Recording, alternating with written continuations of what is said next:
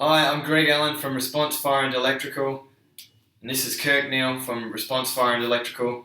And today we're going to show you how to find a faulty appliance. We're going to demonstrate how to reset a circuit or change a fuse if there's certain scenarios of loss of power in your house. So what we want to do is run over the separate types of scenarios that you're going to have, and we're going to start with we've lost power to half of the house on the power points only. So let me explain how that works. I've got two switchboard types here. You might have one like this where it's got the Western Power black meter on the left hand side, and then you've got like a black main switch, and you would have had RCDs installed at a later stage onto a black panel, and then these are ceramic fuses. Okay, so this is scenario number 2. You've got a black meter, and then you've got DIN mounted circuit breakers there. Now these fuses could also be circuit breakers that do the same thing for overload protection. But anyway, so to lose power to half the house, it means there's 2 or more circuits for power in the house. And what happens is they'll run out like this, and it'll go into there, there, there, and there. And then the second circuit will run out and go to there, there, there, and there. And so someone goes, oh, we've lost power to half of the house, and it's no longer does my fridge work. So I'd say the fridge was in the kitchen, hello, and it stopped working. So what we need to do is go through a couple of things first of all. So power trips out. First thing we want you to do is to go to the main switchboard and see if you can reset the circuit breaker or the RCD, and also check your fuse wire. So these are, you can pull the fuses out, and then you can see if you pull the wire to see if it's still connected through the fuse. If it's not connected, that's why you've lost power. It's overloaded.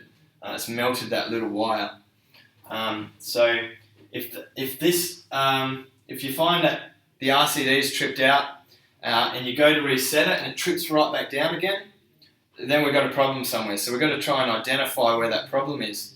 So what we want you to do is to go back into the house and go to where everything stopped working. So these might be okay, so there's no point worrying about the circuit that's still working, because that's not the one that's tripped. On the circuit that's tripped and things aren't working anymore, go around and pull out. You have to pull out the plug from the wall socket. You can't just turn off the switch on the power point, and pull out all of the appliances that are plugged into the power points. Ones we want you to make sure you don't miss is the dishwasher. So you have to get under the sink and look for where that dishwasher plug is plugged in. Another one's range hood. They're often up high in the cupboard, easy to miss. Yep. Behind the fridge, so you've got to pull the fridge out. You've got to take the fridge out. Fridge is a big one. Cause. Yep. Kettle, anything with the water, so dishwasher, kettle, fridge, anything that has any sort of moisture is going to cause an RCD to trip. So we want to make sure we pull them out, and then what we can do is walk back outside and see if we can push up that circuit breaker. What we will generally find, if it's an appliance, then you'll be able to reset it. We'll go back to normal. So then what we want you to do is go back inside and plug one thing in at a time until it trips out again. As soon as you plug in that appliance that trips it, that's the faulty appliance. You can go ahead and plug in everything else without the faulty appliance, and you can throw the faulty appliance out or get it repaired or whatever you want to do with that. So that's the power situation. Scenario number 2 is we've lost power to the lights. So same thing, sort of similar to loss of power. So what we want to do, first step, is to come out to the switchboard and check if the RCDs have tripped, check if a circuit breaker is tripped, or check the fuses, pull the fuses out, check the wire to make sure that that wire hasn't melted. You're going to get more likely that the wire's melted on a lighting circuit because of water, electricity on outside light fittings and stuff like that. So after that, if you can't reset the circuit, you want to go back inside and turn off all of the light switches. turn them off so they're not on, and then come back outside and try and reset it. If you can't reset it after that, you're going to need an electrician. It's probably a fault on the neutral or something. The other thing is, if you can turn it on after that, go back through the house one switch at a time, turn the light on. You might come in here, it's all good, it's all good, it's all good, it's all good. And then you get to the back door and you check that light switch and it trips all the power out. And then you go outside and there's a light fitting here and it's full of water. Whoa, so full. And they fill up, especially if they're on the eave sheet. Water comes down, hits the gutter, overflows back into the light fitting and it just fills it up with water. You're not turning that back on. So, do you want to talk about the third scenario we can get? Yeah, so the third scenario is we have no power, no lights at all. First point of reference is check with Western Power, see if you've got a blackout in your street area or whatever like that.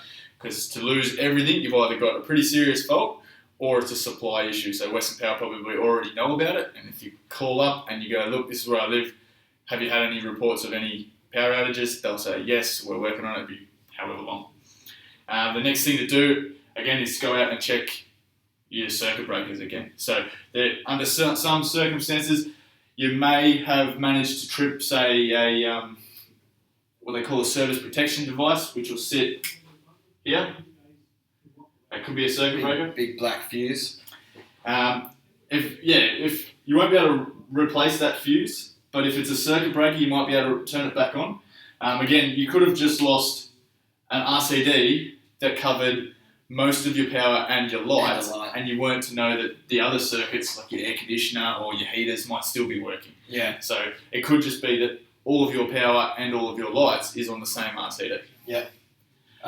Another thing with the newer meters, there's little LED lights on it, so you can see if they're off, then you've got no power at all, and it's a supply issue. So Western Power will be able to help you out with that in WA or whoever your retailer is. That